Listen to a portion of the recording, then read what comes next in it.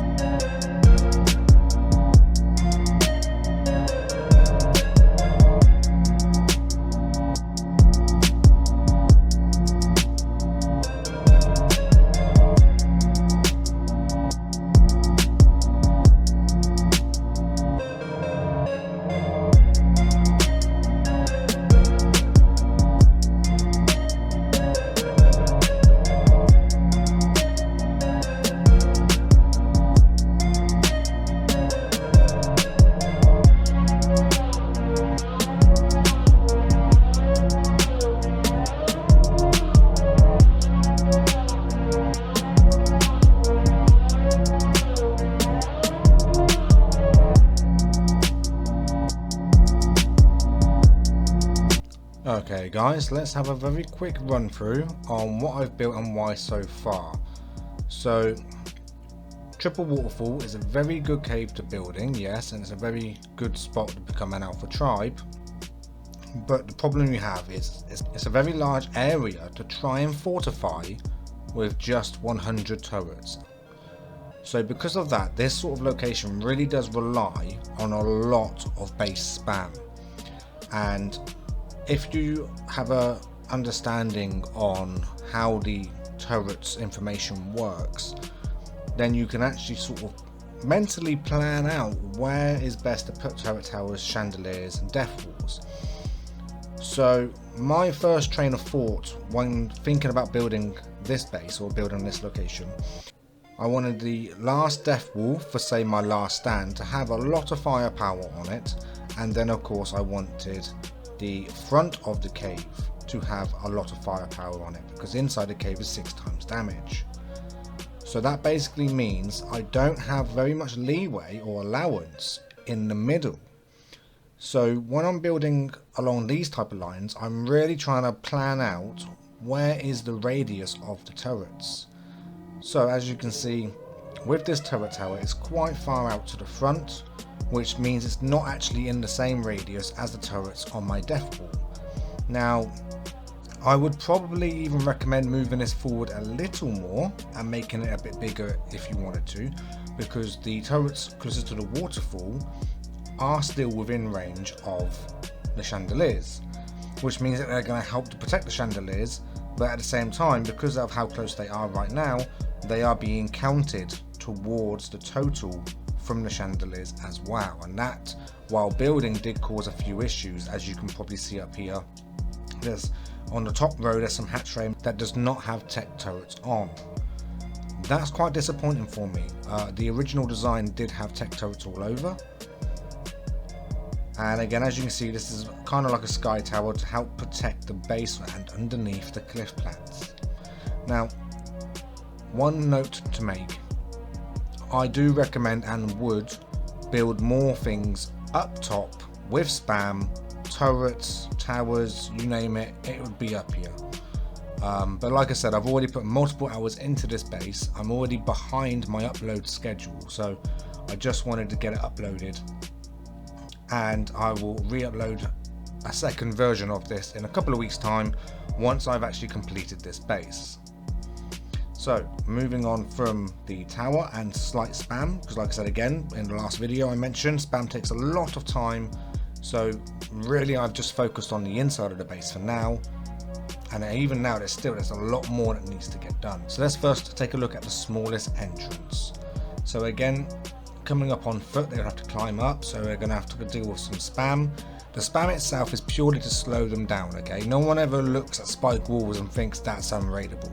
So whenever you're placing it, you just have to remember this is simply to make the raid more expensive and make the raid take longer.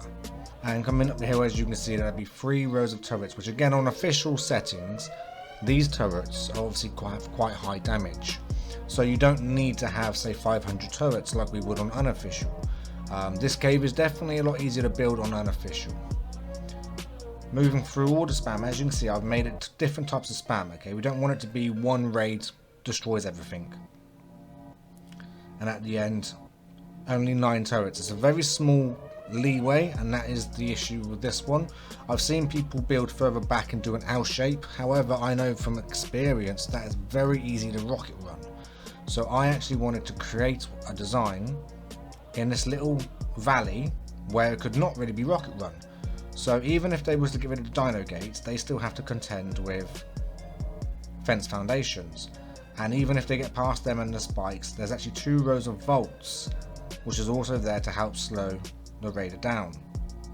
Now into the bigger version. Now I've actually done the measurements. Both of these chandeliers will and do protect the center or the main entrance. So coming in the main, a raider will have to take care of a lot more firepower than going into the left side. So assuming a raider can get past 2 different chandeliers, they're then going to be coming through into this. Now, as you can see, we have lots of bear traps. This particular cave is quite renowned for having PT's barrel roll. So we've got bear traps, we've got spikes, we've got fence foundations, and we have door frames, and pretty much anything else you can think of to do with spam. And again, that is just so it doesn't give them a safe place to land, and it's basically to keep them occupied a little longer. Coming out of there, of course, you come into the giant vault room. Now this one is actually quite an interesting build. So instead of making it completely vaulted off like most people normally do, I've actually given you 3 different hidden doorways that can either give you a good sniper position or can be the main way that you enter and exit your cave. Now again, as you can see, I don't have very many turrets because of my turret allowance. However, there's a lot of spam, including the player or people traps, just again to try and make this cave as annoying as possible. So first thing first, the actual entrance. So from a raider's perspective, as you can see, there's really not much to go by, so to speak.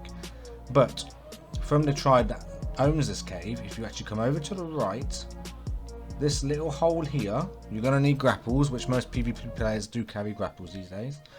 And you can actually just fit through onto this ledge. And voila, that is your exit. Now, of course, when I put more time in this, I'm going to work on putting up an extra dino gate and things like that to actually secure it. But as of the first look, so to speak, that's not a bad entrance, especially with cryopods. Now the second part of the wall, again, this wall hasn't really been tidied up, okay, I still need to do a lot of work. Second thing about this wall is if you come up this side, again you have a door.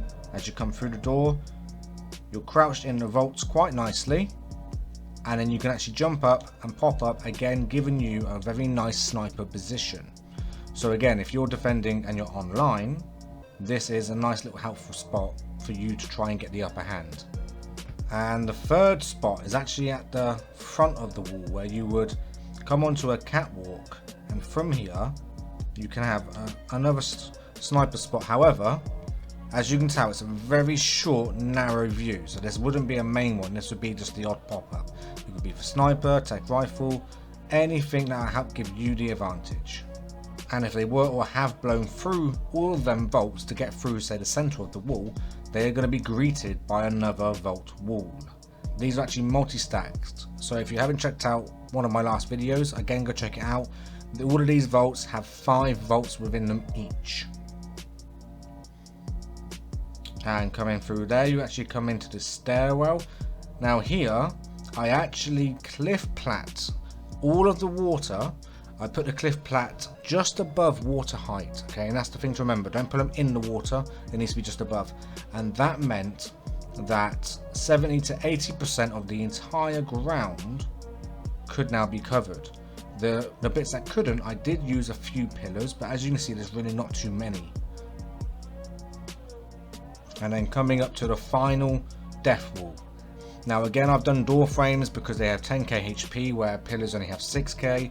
I can walk in and out of it easily, I can vault drop it if I need to. I can adapt this in 100 different ways, and that is why I like this design. I've also done 2 rows of door frames, giving me multiple snap points, so even if they destroy a few of the bottom row in front, none of the turrets or hatch frames will fall really, because the second row will pick up the slack.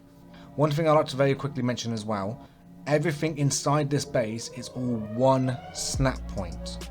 The entire base is all built on the exact same snap point, which means that I'm not really limited on what I can and can't do. I can do a lot more, not needing to worry about where a foundation is, or not needing to worry about a pillar is.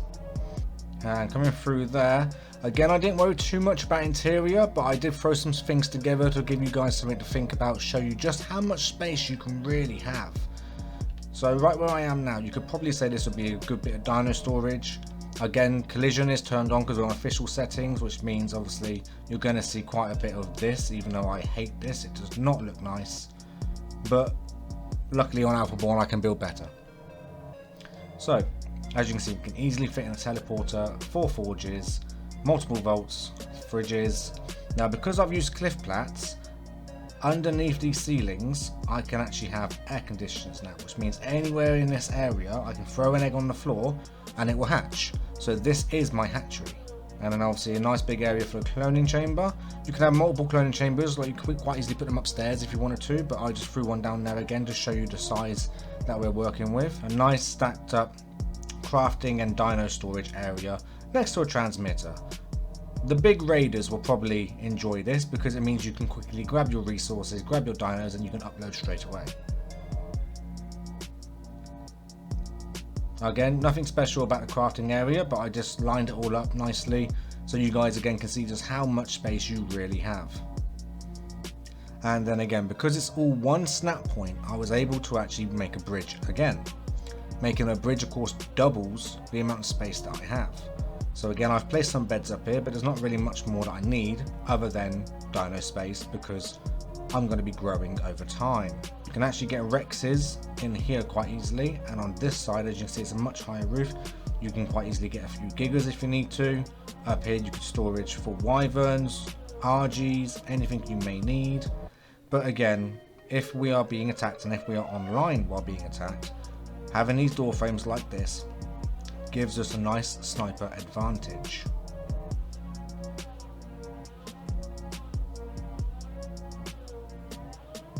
Okay guys, so I'm going to wrap this up for today. Don't forget to give a thumbs up if you found this helpful or enjoyable.